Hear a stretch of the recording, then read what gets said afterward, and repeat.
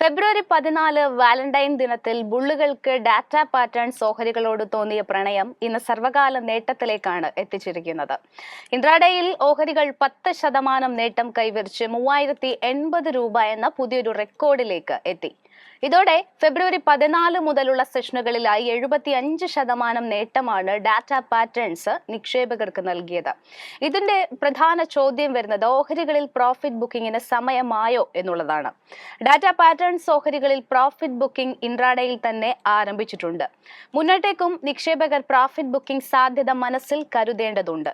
2021 ഡിസംബറിലാണ് ഓഹരികൾ ലിസ്റ്റ് ചെയ്യപ്പെടുന്നത്.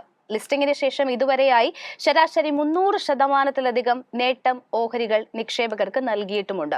കഴിഞ്ഞ ഒരു വർഷത്തിനിടയിലാകട്ടെ 120% നേട്ടവും നൽകി കഴിഞ്ഞു. സമീപകാലത്ത് തുടങ്ങിയ മറ്റൊരു ബുൾ റാലിയിൽ 75% നേട്ടവും ഓഹരികൾ നൽകി കഴിഞ്ഞിരിക്കുകയാണ്.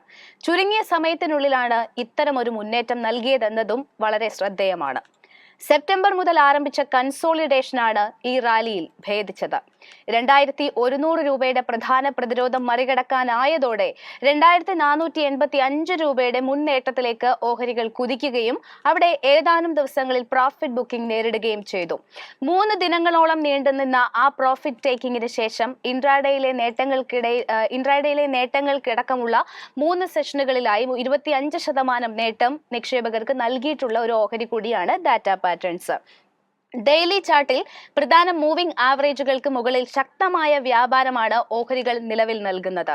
5-ഡേ മൂവിംഗ് ആവറേജ് 2735 രൂപയാണ്.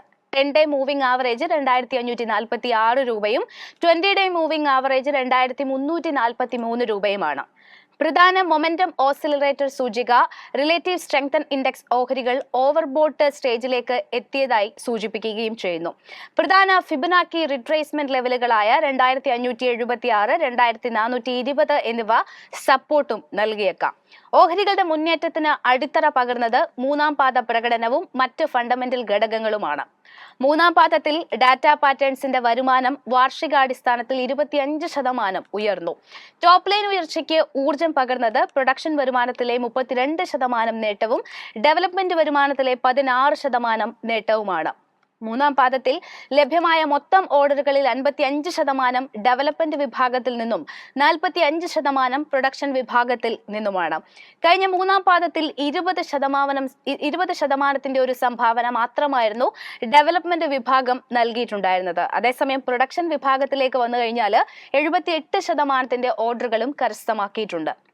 നടപ്പ് സാമ്പത്തിക വർഷത്തിന്റെ ആദ്യ 9 മാസങ്ങളിലെ കണക്കുകൾ പ്രകാരം 58% ഓർഡറുകൾ പ്രൊഡക്ഷൻ വിഭാഗത്തിന്റേത് തന്നെയാണ്. ഇത് 41% സംഭാവന ചെയ്തിരിക്കുന്നത് ഡെവലപ്മെന്റ് വിഭാഗവുമാണ്. മൂന്നാം പാദത്തിൽ ശക്തമായ പ്രവർത്തന പ്രകടനവും കമ്പനി രേഖപ്പെടുത്തിയിട്ടുണ്ട്. എബിഡ മാർജിനിൽ പ്രതിവർഷം 100 ബേസിസ് പോയിന്റിന്റെ ഉയർച്ചയാണ് നൽകിയത്. ഗ്രോസ് മാർജിൻ 130 ബേസിസ് പോയിന്റും ഉയർന്നു. അനുകൂലമായ ബിസിനസ് മിക്സാണ് ഇതിന് സഹായകമായതെന്നാണ് വിദഗ്ധർ വിലയിരുത്തുന്നത്. മൂന്നാം പാദത്തിൽ ഓർഡറുകൾ പൊതുവെ കുറവായിരുന്നു എന്നും അനലിസ്റ്റുകൾ കൂട്ടിച്ചേർക്കുന്നുണ്ട്. 2023 സാമ്പത്തിക വർഷത്തിലെ മൂന്നാം പാദത്തിൽ 1.6 ബില്യൺ രൂപയുടെ ഓർഡർ ഫ്ലോ രേഖപ്പെടുത്തിയപ്പോൾ മൂന്നാം പാദത്തിൽ 1 ബില്യണിനും താഴെയായി.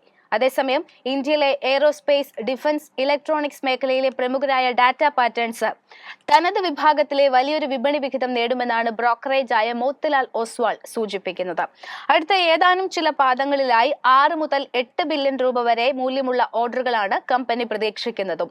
അടുത്ത 2 വർഷത്തേക്കുള്ള റവന്യൂ ഗൈഡൻസ് 20 മുതൽ 25% നിലനിർത്തിയിട്ടുണ്ടെന്ന് പാദഫല പ്രഖ്യാപനത്തോടനുബന്ധിച്ച് കമ്പനിയുടെ മാനേജ്മെന്റ് അറിയിക്കുകയും ചെയ്തിരുന്നു. കൂടാതെ എബിഡ മാർജിൻ 40% എന്ന ഉയർച്ചയും സ്ഥിരതയോടെ നിലനിർത്തുമെന്നാണ് മാനേജ്മെന്റ് കമന്ററിയിൽ നിന്ന് വ്യക്തമാകുന്നത്. ഏതായാലും ഇന്നത്തെ നിലവിലെ ഒരു 10% നേട്ടത്തിന് ശേഷം ഇപ്പോഴും ആ ഒരു നേട്ടം നിലനിർത്താൻ കമ്പനിക്ക് സാധിക്കുന്നുണ്ട്. പക്ഷെ നിലവിലെ നേട്ടം 2% മുകളിലാണ്. നിലവിൽ 2853 രൂപ എന്നുള്ള ഒരു നിലവാരത്തിലാണ് പെർഫോം ചെയ്തുകൊണ്ടിരിക്കുന്നത്. ഇന്ന് രേഖപ്പെടുത്തിയിരിക്കുന്ന ഇൻട്രാഡേ ഹൈ നമ്മൾ നേരത്തെ പറഞ്ഞ പോലെ തന്നെ 3080 രൂപയും ഇൻട്രാഡേ ലോ നിലവാരം എന്ന് പറയുന്നത് 2799 രൂപയുമാണ്.